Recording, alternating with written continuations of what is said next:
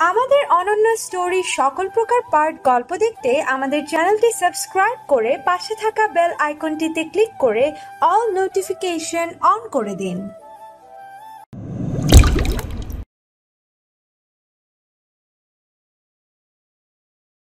আজ তুই যদি আমার বন্ধু না হতি তাহলে বুঝতি এই রিয়াদ চৌধুরী কি জিনিস। বন্ধু হওয়ার অজুহাতে বেঁচে গেলি, নাহলে আজ আমার থেকে খারাপ আর কেউ হতো না। আর হ্যাঁ, আমাকে যা খুশি বল, কিচ্ছু বলবো না, কিন্তু নেহালকে নিয়ে যদি কখনো কিছু বলেছিস সেদিন তোদের আর আমার সম্পর্ক আমি ভুলে যাব। Damn it. এত রাগছিস কেন রিয়া? ও তো ভুল কিছু বলেনি। সেদিন তুই নেহালকে প্রপোজ করেছিলি, সেদিন নেহাল তো একবারের জন্য বলেনি ও তোকে ভালোবাসে। ও একবারের জন্যও কিন্তু বলেনি তুই ভালো মনের মানুষ, তাই তোকে যে কোনো ছেলেই চাইবে। কিন্তু হ্যাঁ, নেহাল অন্য কিছু বলেছে। ও বলেছে তোর বাবার অনেক টাকা পয়সা, বাড়ি গাড়ি, বিজনেস আছে, তাই তোর সাথে প্রেম করবে। তুই শুনিস সেগুলো? কি তুই শুনিস নি? রিয়া কিছুটা নড়ে চড়ে উঠল। মিমের বলা কথাগুলো রিয়ার কানে বাজছে। রিয়া কিছু বলছে না। ওদের কথার উত্তর না দিয়ে ভার্সিটির গেটের দিকে তাকালো রিয়া। এমনিতে রেগে আছো, তার উপর সেই মেয়েটা আবার এসেছে। মেয়েটা ভার্সিটির ভিতরে ঢুকে রাজদের ক্লাসের দিকে এগোতে লাগলো। রিয়া নিজের রাগ কন্ট্রোল করতে না পেরে হনহন করে মেয়েটার সামনে এসে পথ আটকে দেয়ালো। মেয়েটা অবাক হয়ে রিয়াকে জিজ্ঞেস করলো, কে আপনি? আমার পথ আটকালেন কেন? আমি কি সেটা আপনার জানতে হবে না? আপনি কে সেটা বলুন। আমি আপনার কাছে নিজের পরিচয় দিতে বাধ্য নই, তবুও যখন বলছেন তো বলি, আমি রাজের। এতটুকুই বলতে রিয়া মেয়েটির মুখে দিল একটা চড়। ঘটনায় মেয়েটি মুখে হাত দিয়ে রিয়ার দিকে অবাক হয়ে তাকিয়ে থাকলো। রিয়া বলতে লাগলো, তুই রাজের কে? নতুন গার্লফ্রেন্ড তাই না? কি বলছেন এসব বাজে কথা? আমি বাজে কথা বলছি? বাজে তো তোর ওই রাজ, যে আমাকে পেল না, এমনি আরেকটা মেয়ে জুটিয়ে নিল। ছি। দেখুন, আপনি কিন্তু এইবার বাড়াবাড়ি করছেন। কিছু না জেনে কারোর ব্যাপারে এভাবে মন্তব্য করবেন না। আর কি জানার বাকি আছে শুনি? চল তোর ওই রাজের কাছে। রিয়া মেয়েটার হাত ধরে টানতে টানতে রাজের ক্লাসের সামনে নিয়ে গেল। রাজ ক্লাসেই ছিল। তখনই দেখতে পেল রিয়া কেয়াকে নিয়ে টানতে টানতে নিয়ে আসছে। তাড়াতাড়ি করে ক্লাস থেকে বের হয়ে তাদের সামনে গিয়ে দাঁড়ালো রাজ। অবাক হয়ে কেয়াকে জিজ্ঞেস করলো, কি হয়েছে? ও আপনাকে এভাবে টেনে এনেছে কেন? ও কি বলবে? আমার কথা শোন। তুই কেমন ছেলে রে? নিজের প্রতি কন্ট্রোল নেই তোর? যে আমাকে পেলি না, এমনই আরেকটা জুটিয়ে নিলি? এতই চাহিদা তোর শরীরের? রাজ ছলছল চোখে তাকিয়ে আছে রিয়ার দিকে। আজকে রিয়াকে সম্পূর্ণ অন্যরকম লাগছে তার কাছে। রিয়া রাজকে অপছন্দ করে সেটা রাজ জানে, কিন্তু ও যে রাজকে এতটা খারাপ ভাবে সেটা রাজের কল্পনারও বাইরে। রাজ কিছুক্ষণ ছলছল চোখে রিয়ার দিকে তাকিয়ে থেকে কেয়ার দিকে তাকালো, বলল, আমাকে মাফ করবেন, আমার জন্য আজ আপনাকে এই রকম পরিস্থিতিতে পড়তে হয়েছে। না ঠিক আছে, আকাশ কোথায়? একটু ডেকে দাও। ও তো আজ আসেনি। আন্টির শরীর নাকি কিছুটা খারাপ, তাই। কেন, আপনাকে কিছু বলেনি? না তো, আমি তো ওকে কল দিলাম, ফোন অফ বলছে। ও হয়তো চার্জ নেই ফোনে। ও আচ্ছা, তাহলে আসি। আচ্ছা। নিজেকে যথেষ্ট স্বাভাবিক রেখে কথাগুলো বলে ক্লাসে চলে গেল রাজ। কেয়া রিয়ার দিকে ফিরে তাকালো। রিয়া কিছুই বুঝতে পারছে না কি হচ্ছে এখানে। কেয়া বলতে লাগলো, কারোর প্রতি যদি আপনার ভালোবাসা না থাকে তাহলে কারোর প্রতি ঘৃণা করার অধিকারও আপনার নেই। কথায় যে যেমন চরিত্রের, সবাইকে সে তার চরিত্রের মতোই ভাবে। শুধু শুধু ছেলেটিকে আপনি এতগুলো অপবাদ দিলেন, কিন্তু দেখেন সে কিন্তু আপনার কথার পরিপ্রেক্ষিতে একটু শব্দও করল না। কতটা সহ্য শক্তি থাকলে এ ধরনের কথা হজম করা যায় ভেবে দেখছেন? আপনার আর ওর ব্যাপারে আমি সবই জানি। আকাশ আমাকে বলেছে। আর হ্যাঁ, আমি আকাশের ফিউচার ওয়াইফ। আকাশ আর আমার বিয়ে ঠিক হয়ে গেছে, তাই আকাশের সাথে দেখা করতে আসি। কিন্তু আকাশ আমার সাথে একা দেখা করতে চায় না, তাই রাজ আর রনিকেও সাথে নিয়ে আসি। That's it. রিয়ার মাথায় যেন আকাশ ভেঙে পড়লো। কাপা কাপা কণ্ঠে কেয়াকে জিজ্ঞেস করলো, তাহলে তখন যে আপনি বললেন আপনি রাজের? হ্যাঁ, তখন আমি বলতে চেয়েছিলাম আমি রাজের বন্ধুর ওয়াইফ, কিন্তু আপনি তো আমার পুরো কথাটা শুনলেনই না। কিন্তু আপনি তো ডিরেক্টলি বলতে পারতেন আপনি আকাশের ওয়াইফ। হ্যাঁ, কিন্তু আমার মনে হয়েছিল রাজের কথা বললে আপনি তাড়াতাড়ি চিনবেন, কারণ রাজ একদিন আপনাকে দেখিয়ে বলেছিল আপনি ওর রিয়া আপু। সেদিন আপনি ওই ছেলেটির সাথে বসেছিলেন, রাজের সাথে আমাকে দেখে রেগে গিয়ে চলে গিয়েছিলেন। আমরা সবটাই খেয়াল করেছিলাম, কিন্তু আপনাকে কিছু বুঝতে দেয়নি। রাজ আমাকে ও রিয়া আপু বলেছে? চূড়ান্ত অবাক হয়ে কেয়াকে জিজ্ঞেস করলো রিয়া। হ্যাঁ, তাই তো বলেছে। কেন, আপনি কি সম্পর্কে ওর অন্য কিছু হন? না মানে কেয়ার এরকম কথায় ভ্যাপাচাকা খেয়ে গেল রিয়া। কিছু বের হচ্ছে না তার মুখ দিয়ে। রিয়ার এরকম অবস্থা দেখে কেয়া মুচকি হাসলো। তারপর রিয়ার থেকে বিদায় নিয়ে চলে গেল। রিয়া আগের জায়গায় পাথর হয়ে দাঁড়িয়ে আছে। কিছুই ভাবতে পারছে না সে। যতই চাচ্ছে ছেলেটাকে আর কোনো কষ্ট দিবে না, ততই যেন আরও বেশি কষ্ট দিচ্ছে সে। কিছুই ভাবতে পারছে না সে। হঠাৎই পিছনে কারোর হাতের ছোঁয়া পেল। পিছনে ঘুরেই দেখলো মিম আর রিমা দাঁড়িয়ে আছে। ওদের চোখে মুখে হতাশার ছাপ। কি রে, তোরা এখানে কখন এলি? অবাক হয়ে মিম আর রিমাকে জিজ্ঞেস করলো রিয়া। রিয়ার কথায় রিমা কিছুটা হাসলো। হেসে রিয়াকে জিজ্ঞেস করলো, এবার শান্তি হয়েছে তো তোর? মানে? ভুরুকুসকে রিমাকে জিজ্ঞেস করলো রিয়া। মানেটা যে কি সেটা কি তুই এখনো বুঝিসনি, নাকি বুঝতে চাস না? কি বলবি স্পষ্ট করে বল। যদি স্পষ্টভাবে জানতে চাস, তাহলে সেই স্পষ্ট কথাটা হলো তুই রাজকে ভালোবাসিস। কি বাজে কথা বলছিস? ও বাজে কথা বলছে না রিয়া, ও সত্যিই বলছে। রিমা বলে উঠল। রিয়া অবাক চাউনিতে ওদের দিকে তাকিয়ে আছে। তাকিয়ে থেকে বলল, তোরা জানিস আমি নেহালকে ভালোবাসি, তারপরও মূর্খের মতো এরকম কথা বলছিস? তুই কখনো নিহালকে ভালোবাসিসনি, আর বাসবিও না। আচ্ছা, সে কথা বাদ, মেনেই নিলাম তুই রাজকে ভালোবাসিস না। তাহলে ওই মেয়েটাকে রাজের পাশে দেখে, ইনফ্যাক্ট আজ তো পাশেও দেখিসনি, জাস্ট ওর ক্লাসের দিকে যেতে দেখেছিস, তাতেই এত জেলাস হয়। ওই মেয়ের সাথে এত বাজে বিহেভস করলি কেন? জানি না, হয়তো আমার কাজিন, ওর সাথে আমার রক্তের টান আছে, তাই করেছি এমন। খুবই আনমনা হয়ে বলল রিয়া। যদিও এই প্রশ্নটা রিয়ার মনের ভিতরে ঘুরপাক খাচ্ছে। একটা কথা কি জানিস, রক্তের সম্পর্কে চেয়ে আত্মার সম্পর্ক অনেক বেশি গভীর। রক্তের সম্পর্ক থাকলেও এমন করতে হবে সেটা কিন্তু কোনো কথা না। আর তুই যদি ওকে জাস্ট কাজিনই ভেবে থাকিস, তাহলে ওই মেয়েটা যখন বলল রাজ তোকে বলেছে তুই ওর মামাতো বোন, তখন বোন কথাটা শুনে তুই অস্থির হয়ে গিয়েছিলি কেন? আর তখন তোর মুখটাই বা কেন অন্যরকম হয়ে গিয়েছিল, যেন মনে হয়েছিল তুই এই সম্বন্ধটাকে আশা করিসনি। রিয়া কিছু বলল না। সেও ভাবছে এমনটা হবার কারণ কি। ওর এরকম আনমনা চেহারা দেখে রিমা বলল, যেটা হয়ে গেছে সেটা মন থেকে ঝেড়ে ফেলে নতুন করে জীবন শুরু কর রিয়া, সেটাই তোর জন্য মঙ্গল হবে। কি বলতে চাইছিস তুই? কপালকুচকে জিজ্ঞেস করলো রিয়া। আমরা জানি তুই নেহালকে ভালোবাসিস না, আর ও একটা বাজে ছেলে। তোর টাকা পয়সার প্রতি ওর লোভ, তোর প্রতি কোনো ইন্টারেস্টই ওর নেই। এমনকি ওর প্রতি তোর কোনো ইন্টারেস্ট নেই।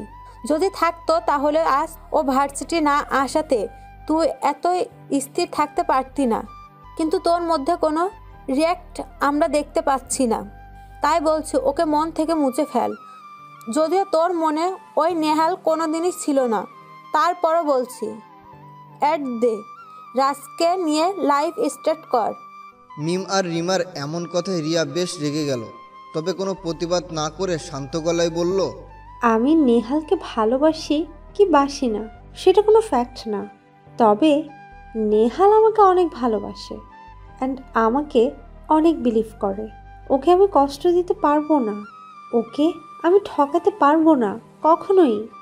মানলাম তুই ওকে ঠকাতে পারবি না, কিন্তু ও যে তোকে ঠকাচ্ছে। কি বলছিস এসব?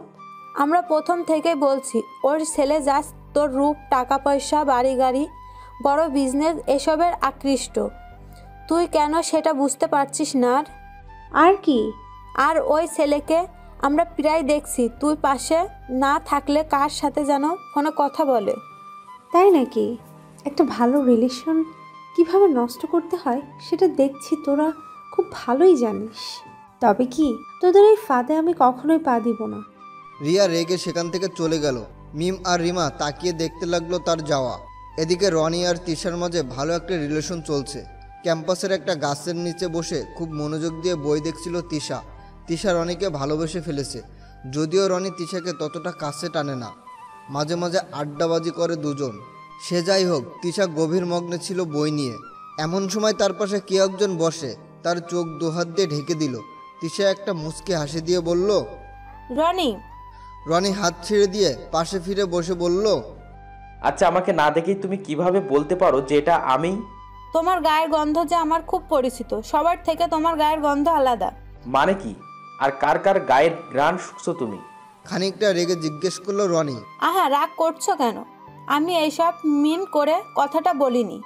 তবে তুমি তো জানোই আমার আশেপাশে আরও কত মানুষ আছে। কই তাদের চলাফেরার তো আমি তোমাকে খুঁজে পাই না, কিন্তু তোমাকে না দেখেও আমি বুঝতে পারি এটাই তুমি। বুঝেছি। যাই হোক, এভাবে এখানে বসে আছো কেন? এমনি। তুমি এখানে এলে হঠাৎ। রাজ কোথায়? ও আর কোথায় থাকবে, ক্লাসেই আসে। বেচারার ভাগ্যটাই খারাপ। কেন? আবার কি হলো?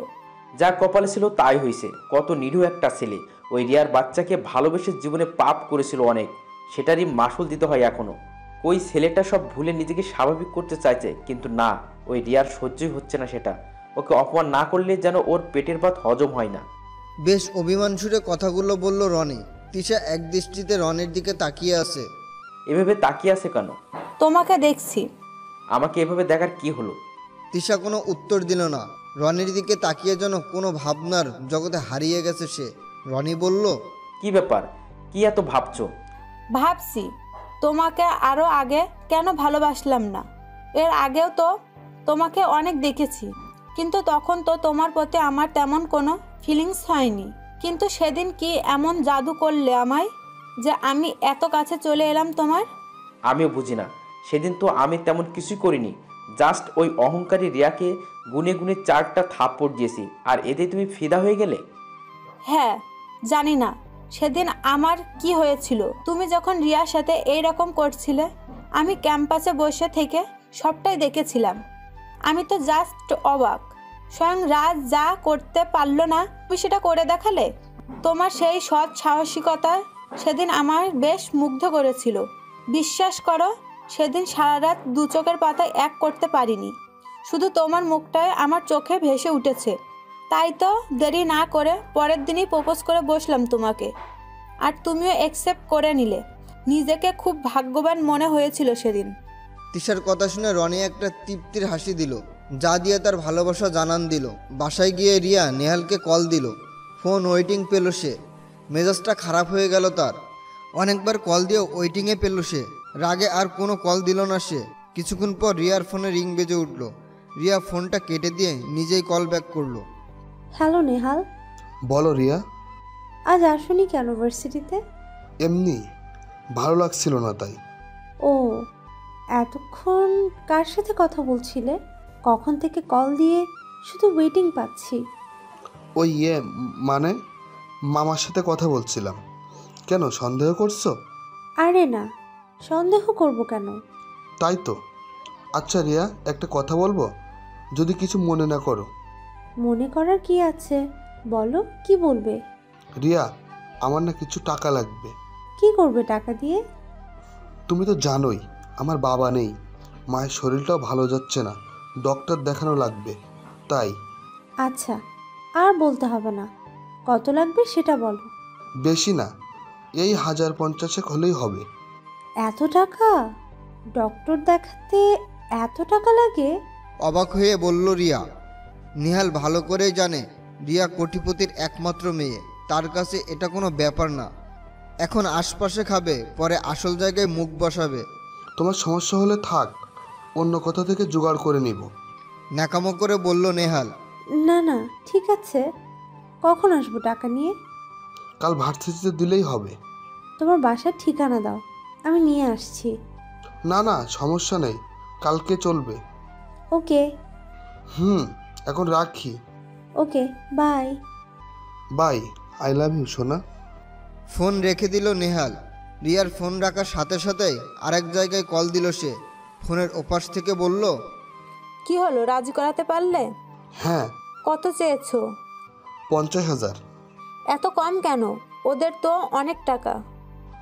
সেটাই তো আমি জানি, কিন্তু প্রথমবার যদি বেশি চাই তাহলে কেমন না? এই 50,000 দিয়ে তো মাত্র স্টার্ট করলাম, ধীরে ধীরে বাড়াবো। Okay baby, bye. আচ্ছা এখন বাই। পরের দিন নেহালকে টাকাটা দিতেই ভার্সিটিতে চলে গেল সে। মিম শুধু দেখলো, নেহাল যেতে রিয়াকে বলল, কি ব্যাপার, এখনই টাকা নেওয়া শুরু করে দিয়েছে? ওর মা অসুস্থ, তাই নিয়েছে। ওর মা অসুস্থ, তুই কি পাগল হয়ে গেলি? এখানে পাগল হওয়ার কি আছে শুনি?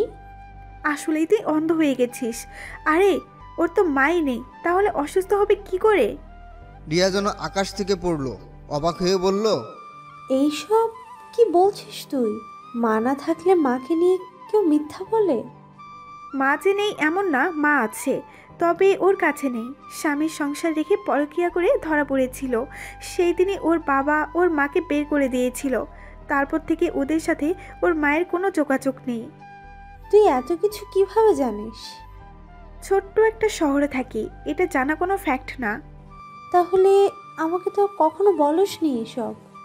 কি বলবো তোকে?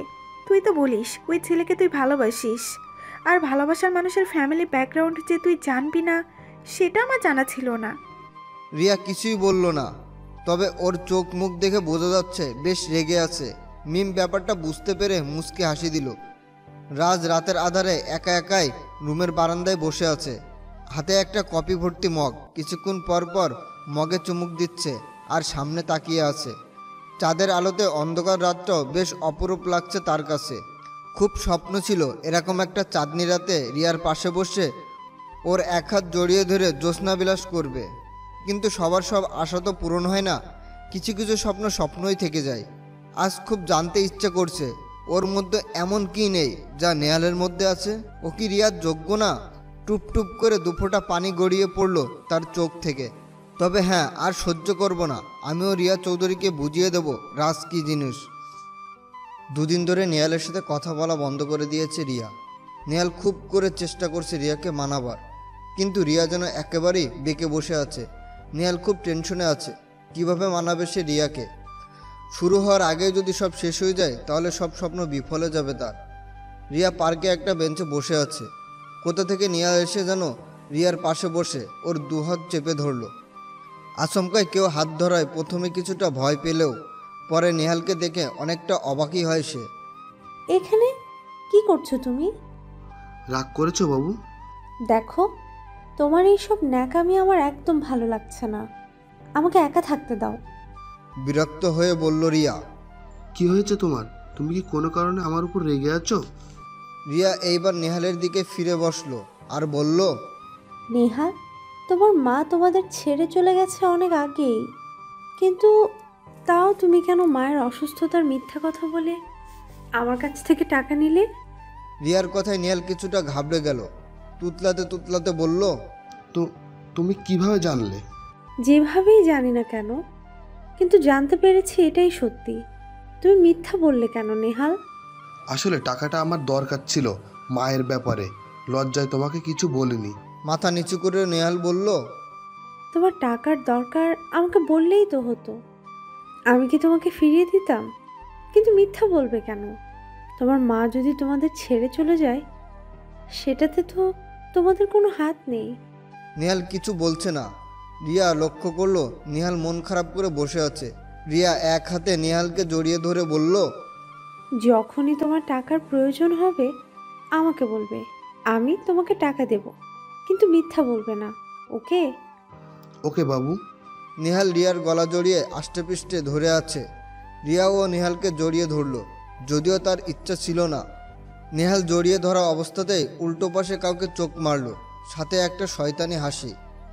নেহাল এসেছিল তার গার্লফ্রেন্ডের সাথে পার্কে ঘুরতে। হ্যাঁ, গার্লফ্রেন্ড, তবে রিয়া না, অন্য কেউ। এক ফাঁকে রিয়াকে চোখে পড়ল নেহালের। তখনই নিজের গার্লফ্রেন্ডকে কোথাও লুকাতে বলে রিয়াকে ইমপ্রেস করতে তার কাছে চলে আসলো। এই এক ঢিলে দুই পাখি মারা, এরকমই আর কি। রিয়াকেও মানাতে পারলো, আর নেহালের আরেকটা সম্পর্ক কথাটা রিয়া জানতে পারলো না। বাসায় মা বাবার সাথে খেতে বসেছে রাজ। ইদানিং রাজকে আগের রাজের সাথে মিলাতে পারছে না ওর মা বাবা। এই নিয়ে বাবার যেন দুশ্চিন্তার শেষ নেই। খাওয়া শেষ করে নিজের রুমে চলে যাচ্ছিল রাজ। পিছন থেকে ওর বাবা ওকে ডাকলো। রাজ। হ্যাঁ আব্বু, কিছু বলবে? হ্যাঁ বাবু, আয় আমার পাশে বস। রাজের বাবা সোফাতে বসে ছেলেকে পাশে বসতে বললেন। বাবার কথা মতো রাজ ওর বাবার পাশে গিয়ে বসলো। বলো আব্বু, কি বলবে? তোর কি কিছু হয়েছে রাজ? না তো, হঠাৎ এই কথা বলছো কেন? তুই অনেক পাল্টে গেছিস তাই। কই আমি পাল্টেছি? আমি তো আগের মতোই আছি। তুই একদমই আগের মতো নেই। এই রিয়ার সাথে তোর কিছু হয়েছে? বাবার মুখে রিয়ার কথা শুনে বিষম খাওয়ার মতো অবস্থা রাজের। তাও নিজেকে যত সম্ভব স্বাভাবিক রাখার চেষ্টা করে বাবাকে বলল, ওর সাথে আবার আমার কি হবে আব্বু? না, তবে তোরা দুটো তো সবসময় সাপে নেউলের মতো লেগে থাকিস, তাই বললাম। না আব্বু, রিয়ার সাথে আমার কিছুই হয়নি। আমার এমনিতেই ভালো লাগছে না। বাবার উত্তরের অপেক্ষা না করে রাজ নিজের রুমে চলে গেল। কিন্তু রাজের বাবা ঠিক বুঝতে পেরেছে রিয়ার সাথেই ওর কিছু হয়েছে। তা না হলে রিয়াকে রিয়া ডাকার ছেলে মোটেও না রাজ। দিন গড়াতে লাগলো। রিয়া আর নেহালের সম্পর্ক ভালোই চলছে।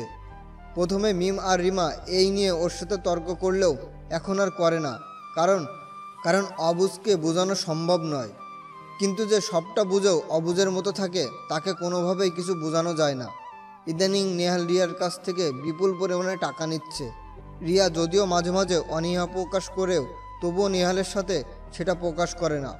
ছেলেটার মা নেই, টাকা লাগতেই পারে তার, না করলে হয়তো মন খারাপ করবে। তবে দিন দিন অ্যামাউন্টের পরিমাণ বাড়তেই থাকলো। একদিন 2 লাখ টাকা দাবি করলো নেহাল। সেদিন রিয়া আর নিজের রাগটাকে কন্ট্রোল করতে না পেরে নেহালকে জিজ্ঞেস করে বসলো, এত টাকা দিয়ে করো কি তুমি? মাসের মধ্যে 4-5 বার টাকা নাও আমার কাছ থেকে, কেন? আমি কি তোমার জন্য টাকা কামাই করে বসে আছি?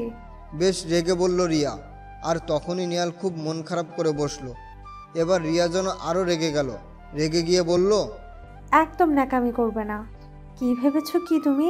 যখন যত চাইবে তোমাকে আমার ততই দিতে হবে? কোনো কমন সেন্স নেই তোমার? তুমি জানো আমি একটা মেয়ে অ্যান্ড স্টুডেন্ট। আমি এত টাকা কোথায় পাই? তোমার কি সেটা বোঝা উচিত না? নেহাল খুব কষ্ট পাওয়ার ভান করে বলতে লাগলো, তাই বলে এভাবে আমাকে টাকার খোঁটা দিবে? দিবেই তো। আমার তো আর মা নেই। মা থাকলে তোমার কাছে চাইতে হতো না, মাই দিত। মায়ের কথা শুনে আর নেহালের এসব ইমোশনাল মার্কা কথা শুনে রিয়া যেন গলে বরফ থেকে পানি হয়ে গেল। আর বলল, দেখো, মন খারাপ করো না, কিন্তু একবার ভেবে দেখো আমি এত টাকা কোথা থেকে দিব তোমাকে? কেন? তোমাদের তো অনেক টাকা, অনেক বড় বিজনেস তোমাদের। সে না হয় বুঝলাম, কিন্তু ওই বিজনেস তো আমার বাবার, আর সেখান থেকে টাকা আমাকে হিসেব করে আনতে হয়। তাছাড়া আমি একটা মেয়ে। ইদানিং তোমার জন্য বাবার কাছে বারবার মিথ্যা বলে টাকা আনতে হচ্ছে। বাবা বেশ রেগে আছে আমার উপর। তিনি আমাকে আর একটা টাকাও দিবেন না। আপোষে না দিলে চুরি করে আনো, তবুও আমার টাকাটা লাগবে। বেশ কড়া গলায় বলল নেহাল। কেমন যেন নিজের জাত চেনাইতেছে নেহাল। রিয়া এইবার বেশ রেগে গেল। রাগের চোটে দিল এক থাপ্পড়। থাপ্পড় খেয়ে মন খারাপ করে চলে গেল নেহাল। তবে নেহালের জন্য কোনো মায়া হচ্ছে না রিয়ার। এত টাকা দেয় তাও ওর হয় না। এত কি করে সে টাকা দিয়ে? আর এখন কিনা বলছে চুরি করে আনতে। সাহস কত বড় ওর! রাগে ক্ষোভে বাসায় চলে এলো রিয়া। পরের দিন ভার্সিটিতে যাওয়ার আগে রনির সাথে একটা পাকা ডিল করে নিল রাজ, যে আজ থেকে তিশা আর রাজের প্রেমের অভিনয় করবে। যদিও তিশা রনির প্রেমিকা, তবে আজ থেকে রিয়ার সামনে রাজের সাথে প্রেমের অভিনয় করবে। রিয়াকে বুঝাবে আসলে কতটা কষ্ট লাগে। তিশাও রাজি আছে, কারণ সেও তো চায় রিয়াকে উচিত শিক্ষা দিতে। রাজ, রনি, তিশা সবাই ভার্সিটিতে চলে এসেছে। এখন অপেক্ষায় রিয়া কখন আসবে। তিনজনে বসে আড্ডা দিচ্ছিল। এমন সময় রনি রাজকে ইশারায় বলল, রিয়া আসতেছে। তখনই রাজ তিশার হাত ধরে হাসাহাসি করতে করতে ক্যান্টিনের দিকে যেতে লাগলো। রিয়া তাদের দিকে তাকিয়ে আছে। অবশ্যই সেদিকে কোনো ভ্রুক্ষেপ নেই রাজের। বসে ফুচকা খাইতেছে আর জমিয়ে আড্ডা দিচ্ছে রাজ এবং তিশা। উদ্দেশ্য রিয়াকে জানানো আর বোঝানো, দেখ কেমনটা লাগে, অনেক কষ্ট দিয়েছিস, দেখ কতটা খারাপ লাগে।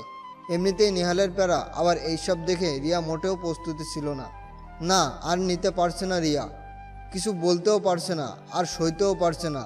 নিজেকে কন্ট্রোল করতে না পেরে ভার্সিটি থেকে বেরিয়ে গেল রিয়া। রাজ, তৃষা আর রনি অট্ট হাসি দিয়ে মেতে উঠল আর বলল, দেখ কেমন লাগে।